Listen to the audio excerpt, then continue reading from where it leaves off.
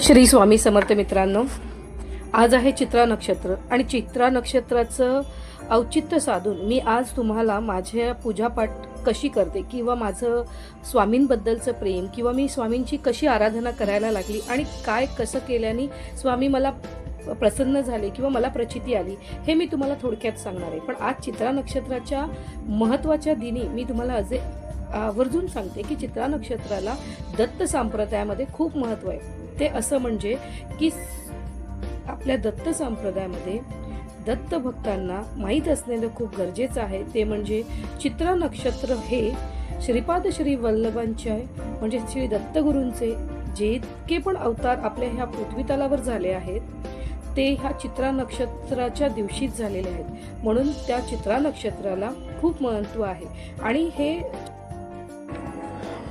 महिन्यात कोणत्याही दिवशी येऊ शकतं, म्हणजे असं काही त्याचा दिवस नसतो। ते नक्षत्राच्या जे कालनिर्णयमध्ये आहे की लिहिलेलं असतं की कधी आहे ते, तर ते तुम्ही बघून त्याप्रमाणे ते चित्रा नक्षत्राचं त्या दिवशी दत्तगुरूंना आपण कसं आराधना करायची हे तुम्ही त्या कालनिर्णयामध्ये कधी कधी लिहिलेलं असतं।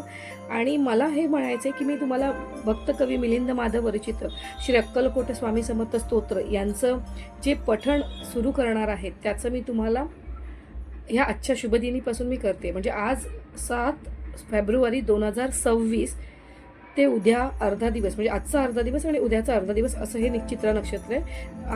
8 फेब्रुवारी 2026 पर्यंत आहे। तुम्ही एकदा कॅलेंडरमध्ये बघा आणि त्याप्रमाणे तुमच्याकडे वेळ आहे तर या महिन्यातलं नाही तुम्हाला जमलं दत्तगुरूंची आराधना करायला तर तुम्ही नेक्स्ट मंथमध्ये पण करू शकता, तर हरकत नाही। मी हे माझे शुभ कार्य चालू करते की या आजच्या दिवसापासून। तर नित्यपाठ दररोज बोललात तर अगदी हार्डली 10 ते 15 मिनिटं लागत असतील तुम्हाला ते पाठ। एकदा तुमचं तोंडपाठ झालं ना की तुम्हाला एक लाईन दिसली की तुम्ही पुढे पुढे बोलत जा, इतकं ते फार होतं। पण ते इतकं प्रभावी आहे ना की तुम्ही नित्यपाठ नित्य म्हणजे स्वामींचं नामस्मरण करण्यातच जी ताकद आहे आणि स्वामींचा महिमा यात लिहिलेला आहे, स्वामींचं महात्म्य आहे। तर त्याच्यामुळे तुम्ही ते वाचलात तर तुम्हाला अजून हे बघा मनाला आणि म्हणजे मनाला आपला आनंद आणि शांतता आणि समाधान कसं लाभेल तर हे आपण पाहिलं पाहिजे आणि त्या नित्यपाठामुळे तुम्हाला नक्कीच फायदा होईल।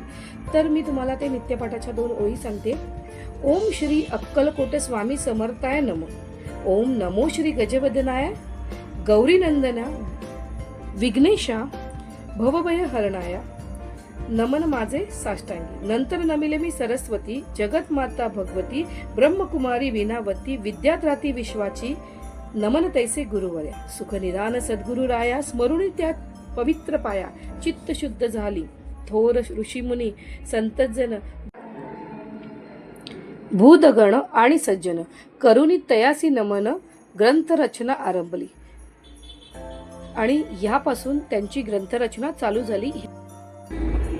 स्वामी भक्तांनो, मी तुम्हाला स्वामींचे नित्यपाठ करण्यासाठी प्रवृत्त करते की तुम्हीही माझ्यासारखं नित्यपाठ करा आणि त्या नित्यपाठाचा आनंद आणि अनुभूती आणि त्याची प्रचिती नक्की घ्या। श्री अक्कलकोट स्वामी राया स्मरुणी तुमच्या पवित्र पाया स्तोत्र महात्मा तुमचे गावया प्रारंभ आता करतो मी। नाव गाव खुद्द स्वामींचे किंवा त्यांच्या मात्या पित्याचे कोणालाच ठाऊक नाही साचे अंदाज मात्र अनेक त्यांच्या जन्म संबंधाने आख्यायिका लिहिली एकाने तीच सत्य मानूने प्रत्येकाने समाधान मानावे। म्हणे उत्तर भारतीय एका स्थानी घनदाट करंदळी वनी स्वामी प्रकटले वारुळातून लाकूड तोड्याच्या निमित्ताने कुऱ्हाडीचा घाव बसूने त्याचा राहिला कायमचा व्रण। मित्रांनो, व्हिडिओ आवडली असेल तर तुम्ही लाईक शेअर आणि सबस्क्राईब करायला विसरू नका। याच्या पुढचं पठण मी तुमच्यासोबत करणार आहे आणि